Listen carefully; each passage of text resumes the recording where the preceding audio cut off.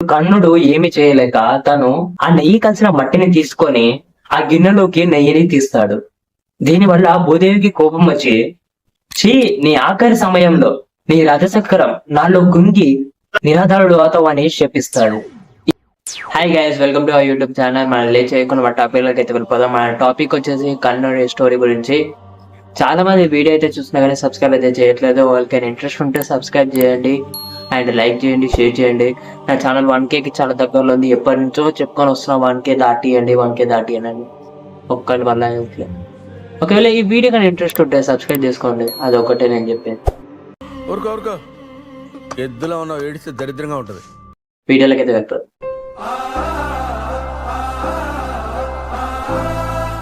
అయితే ఈరోజు మహాభారతంలో ఒక కీలకమైన పాత్ర గురించి నేను చెప్పబోతున్నాను. పురాణాల్లో వరాలు, శాపాల గురించి చాలా ఉన్నాయి. మంచి పనులు చేసే వరాలు, చెడు పనులు చేసే శాపాలు, వాటిని కర్మ ఫలితాలని పిలుస్తారు. కర్మ అనే టాపిక్ మీద నేను ఒక వీడియో చేద్దాం అనుకుంటున్నాను. ఆ వీడియో కంపల్సరీ చేస్తాను. ఆ వీడియో చాలా బాగుంటది. నేను కంపల్సరీ చేస్తాను. అప్పుడు చూడండి, బాగుంటది. ఇతనికి ఎన్నో శాపాలు అయినా కానీ ఇతను మంచివాడిగానే ఉన్నాడు. ఆ వీరుని పేరే దార వీర సూర కర్ణ.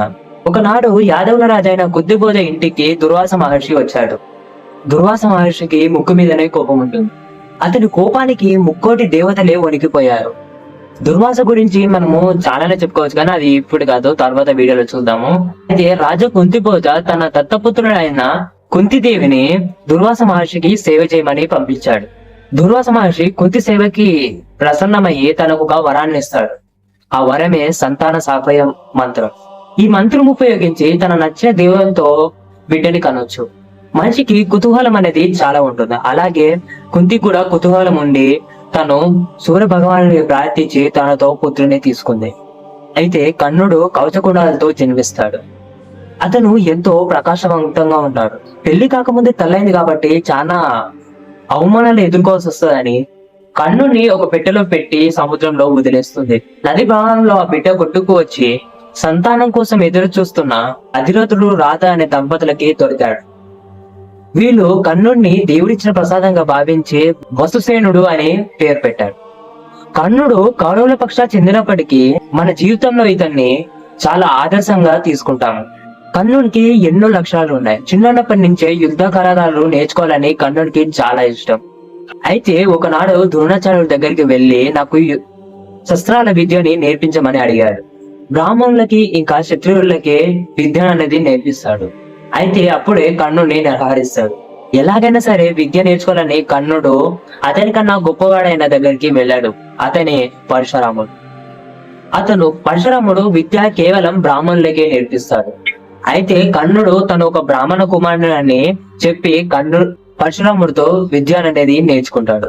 ఒక రోజు విద్య నేర్పించి అలసిపోయిన పరశురాముడు కర్ణుడు తన తొడనిచ్చి విశ్రాంతి తీసుకోమని చెప్తాడు. అలా నిద్రపోతున్న సమయంలో ఒక కీట పురుగు కర్ణుడి తొడ మీద పాలి తొలిచేస్తుంది. దానితో కర్ణుడికి చాలా బాధాకరంగా గాని కదిలితే ఎక్కడ గురు నిద్ర భంగమవుతుందని తను అలాగే ఉన్నాడు. ఎంత నొప్పైనా సరే తను ఓర్చుకున్నాడు. విషపురు చేసిన గాయానికి కర్ణుడి తొడపై నుంచి నిరంతరము రక్తం కారుతుంది. ఆ రక్తము పరశురాముడికి తగులుతుంది. అప్పుడే పరశురాము మెలకు వచ్చి ఈ కర్ణుడి గాయానికి కారణం ఏంటో అడిగాడు. ఆ తర్వాత ఆ పొడుగుని పరశురాముడు అతని శక్తితో భస్మం చేసేస్తాడు. ఆ తర్వాత పరశురాముడు కర్ణుడి ఓర్పు సహనం చూసి కోపంతో బ్రాహ్మణులకి అంత ఓపిక అనేది ఉండదు, నీకెలా ఉంది అని అడిగాడు. అయితే నువ్వు నాకు అబద్ధం చెప్పి నా నుంచి విద్యని నేర్చుకున్నావు. అయితే నువ్వు నేర్చుకున్న విద్యని అతి అవసరంలో నువ్వు నీ విద్యనంతా మర్చిపోతావు అని శపిస్తాడు. ఆ తర్వాత కర్ణుడు నేను ఒక సూతపుత్రుడని చెప్తాడు.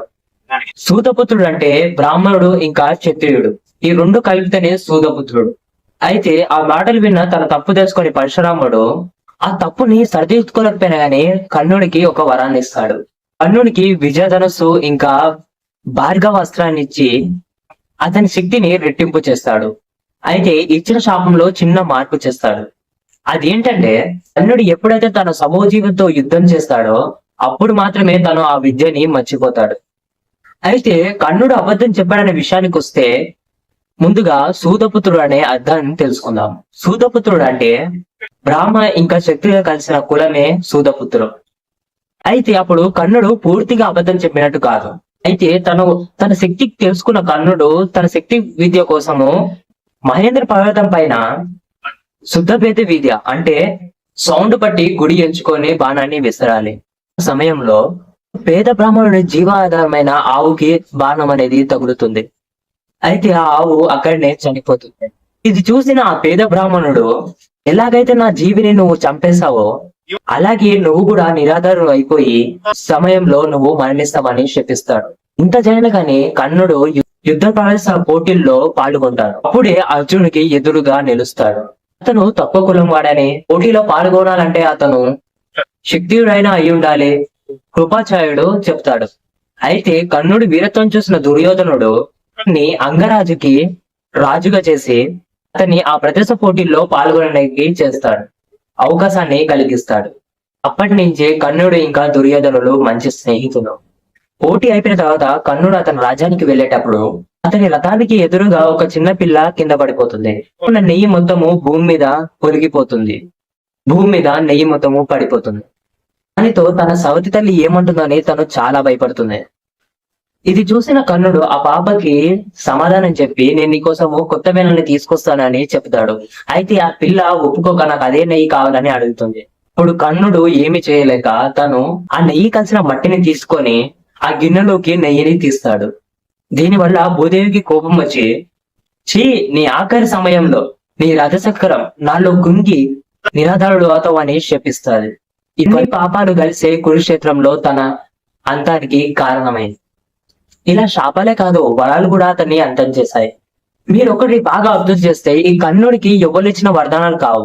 శాపాలన్నీ ఇతరులకి దానం చేస్తే తన మీద పడిన శాపాలు ఇవన్నీ. ఆఖరిగా భూదేవి శాపం ఫలించినప్పుడు కర్ణుడి రథశాలి అయిన శృణుడు కూడా కర్ణుడిని వదిలేసి వెళ్ళిపోతాడు. నిరాధారణ అయిన సమయంలో కర్ణుడి రథచక్రం బయటికి తీస్తున్న సమయంలో అప్పుడే అర్జునుడు ప్రాణం తీసుకొని కర్ణుడిని సంహరిస్తాడు. ఇలా ఇంతమంది కలిసే కర్ణుడు చనిపోయాడు. అయితే మహాభారతంలో కర్ణుడిని సపరేట్ గా చూస్తే మంచివాడే కదా, కానీ ఎందుకు చనిపోయాడు? కృష్ణుడు విష్ణు అవుతాడు కదా, కర్ణుడికి ఏదో ఒకటి చెప్పి తను అధర్మం నుంచి ధర్మాన్ని తీసుకురావచ్చని మీకు చాలా మందికి అనిపించుండొచ్చు. కానీ దీని వెనుక ఒక స్టోరీ ఉంది. అదేంటి ఇప్పుడు చెప్తాను చూడండి. వరంతో జన్మించిన కర్ణుడు ఇన్ని శాపాలు తరిగి ఎందుకు చనిపోయాడు? ఆ విషయం తెలుసుకోవడానికి మనము ద్వాపర యుగం నుంచి మళ్ళీ సత్యయుగానికి వెళ్ళాలి. శ్రీ మహావిష్ణువు ఉన్న 4 యుగాల్లో దశావతారాలు ఎత్తాల్సి వచ్చిన అవసరం ఉంది కాబట్టి, అయితే సత్యయుగంలో చివరి అవతారము నరసింహ అవతారం. పురాణాల్లో దేవతలు ఏ అవతారం ఎత్తినా గానీ దానికి ఆది అంతము 2 ఉండేవి. అయితే ఈ నరసింహ అవతారము 2 రూపాలుగా విడిపోయి, ఎలాగంటే నరసింహంలో నుంచి నరరూపం నరుడిగా, సింహ రూపము నారాయణుడిగా వెళ్ళిపోతారు. విడిపోయిన తర్వాత నరుడు నారాయణుడు ఇంకా దక్ష ప్రజాపతి కుమారుడిగా జన్మిస్తారు. కౌల పిల్లలుగా త్రేతాయుగంలో జన్మిస్తారు. మహావిష్ణుమూర్తి ఒక అవతారం ఎత్తాడంటే దానికి డెఫినెట్ గా ఒక కారణం అనేది ఖచ్చితంగా ఉంటుంది. అలాగే నరనారాయణుల జన్మ కూడా ఒక కారణం ఉంది. అదేంటంటే దంబోదరుడు అనే ఒక రాజు ఉండేవాడు. ఆ రాజు సూర్యదేవుణ్ణి చాలా తపస్సు చేసి సూర్యదేవుణ్ణి మెచ్చుకొని తనని ఒక వరాన్ని అడిగాడు. అయితే దంబోదరుడు ముందుగా నాకు మరణమే లేకుండా వరాన్ని మని అడిగాడు. సృష్టి అనుసారము దేనికైనా ఆది ఉంటే అంతం కూడా ఉంటుంది. సో ఈ వరం కాకుండా ఇంకా వేరే వరం అయినా కోరుకో అని చెప్తాడు.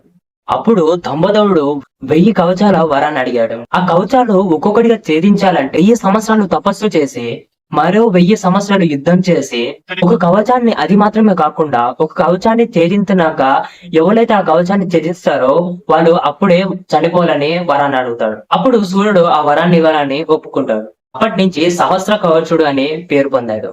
అతనే రాజు నుంచి ఇంకా రాక్షసుడిగా మారాడు. ఆ వరాన్ని పొందాక తనలో గర్వం చాలా పెరిగి భూమిపై నుండే మానవులని ఇంకా ఋషులను హింసిస్తాడు. ఒక రోజు సహస్ర కవచుడు ఈ నరనారాయణుల గురించి తెలుసుకొని వాళ్ళతో యుద్ధం చేయాలని అనుకుంటాడు. అయితే ఇద్దరు కలిసి ఒకరితో యుద్ధం చేయవద్దు అని అనుకుంటారు. అయితే నరనారాయణలో ఒకరు యుద్ధం చేసి ఇంకొకరు తపస్సు చేశారు. తపస్సు చేసే వాళ్ళు ఎటువంటి అంతరాయం కలగకుండా ఒప్పందం కుదిరించుకుంటారు. మొదటిగా నారాయణుడు సహస్ర కవచంతో యుద్ధం చేస్తాడు. నరుడు తపస్సు చేస్తాడు. అలా ఒక 1000 ఏళ్ల తర్వాత నారాయణుడు సహస్ర కవచంలో ఒక కవచాన్ని ఛేదిస్తాడు. భేదించిన తర్వాత మళ్ళీ మరణిస్తాడు. గడిచిన 1000 ఏళ్లలో నరుడు తపస్సు చేసి మృత్యుంజయ మంత్రంతో నారాయణుని మళ్ళీ బతికిస్తాడు. ఈసారి నారాయణుడు తపస్సు చేసే నరుడు సహస్ర కవచాల్ని ఎదుర్కొన్నాడు. అలాగా మళ్ళీ 1000 ఏళ్ళు దాటిపోయి 1000 ఏళ్ల యుద్ధం చేసిన తర్వాత సహస్ర కవచుని రెండో కవచాన్ని కూడా తెగిస్తాడు. నరుడు తెగించి చనిపోతాడు. అప్పుడు నారాయణుడు మళ్ళీ నరుడిని బతికిస్తాడు. ఇదే ఒక సైకిల్ లాగా జరుగుతూ ఉంటుంది. సహస్ర కవచుడి 999 కవచాలని తెగిస్తారు. అక్కడి కవచం మాత్రమే ఉన్నప్పుడు సహస్ర కవచుకుడు అతని అంతం దగ్గర పడింది అనుకొని సూర్య భగవానుడి దగ్గరికి వెళ్లి రక్షించమని వేడుకుంటాడు. సూర్యుడు అప్పుడు నరనారాయణులు శ్రీ మహావిష్ణువు ఒక అవతారం అని వాళ్ళని అడ్డుకోవడము నా వల్ల కూడా కాదని చెప్పాడు. కావాలంటే ఆ నరనారాయణుడు అవతారము అయిపోయేంత వరకు, అవతారము పూర్తయ్యేంత వరకు నేను నీకు ఆశ్రమిస్తానని అంటాడు. ఆ తరువాత నేను నిన్ను విడిచిపెడతాను అని చెప్తాడు. ఈ సహస్ర కవచుడు నరనారాయణుల యుద్ధము ఈ లెక్క చూసుకుంటే ఒక కవచం భేదించడానికి దాదాపు 1000 సంవత్సరాలు. అలా 999 కవచకుణాలను త్యజించినప్పుడు 9,99,000 సంవత్సరాలు పట్టింది. అయితే త్రేతాయుగము 12,96,000 సంవత్సరాలు. ఈ యుద్ధము త్రేతాయుగంలో ఆఖరి దశలో జరిగింది. ఇంకా ద్వాపర యుగం మొదలైంది. ఒక పక్క కుంతి దుర్వాస మహర్షికి ఇచ్చిన సంతాన సాఫల్య మంత్రాన్ని సూర్యదేవుణ్ణి ఆహ్వానించింది. అప్పుడు సూర్యుడు ఈ సహస్ర కవచుకుని బిడ్డ రూపంలో కుంతికి ప్రసాదిస్తాడు. ఇది తెలిసిన నరనారాయణుడు నరుడు అర్జునుడిగా, నారాయణుడు కృష్ణుడిగా జన్మిస్తారు. సహస్ర కవచుకుడు త్రేతాయుగంలో చేసిన పాపాలన్నీ ద్వాపర యుగంలో కర్ణుడిగా శాపాలని పొందుతాడు. కృష్ణార్జునుల చేత చంపబడతాడు. సో ఇది కర్ణుడి శాపాల వెనుకున్న కథ. ఈ వీడియో కింద గైస్ మళ్ళీ నెక్స్ట్ వీడియోలో కలుసుకుందాం. ఒకవేళ ఈ వీడియో నచ్చినట్లయితే లైక్ చేయండి, షేర్ చేయండి, సబ్స్క్రైబ్ చేయండి. చాలా సార్లు చెప్తున్నాను కానీ ఎవ్వరు సబ్స్క్రైబ్ చేయట్లేదు. ఛానల్ 1K కి చాలా దగ్గరలో ఉందని చెప్పాను కానీ ఎవ్వరు సబ్స్క్రైబ్ చేయట్లేదు. చేయండి, మీకోసం కష్టపడి చేస్తున్నాను. ఈ వీడియో చేయడానికి దాదాపు 3 days టైం పట్టింది నాకు.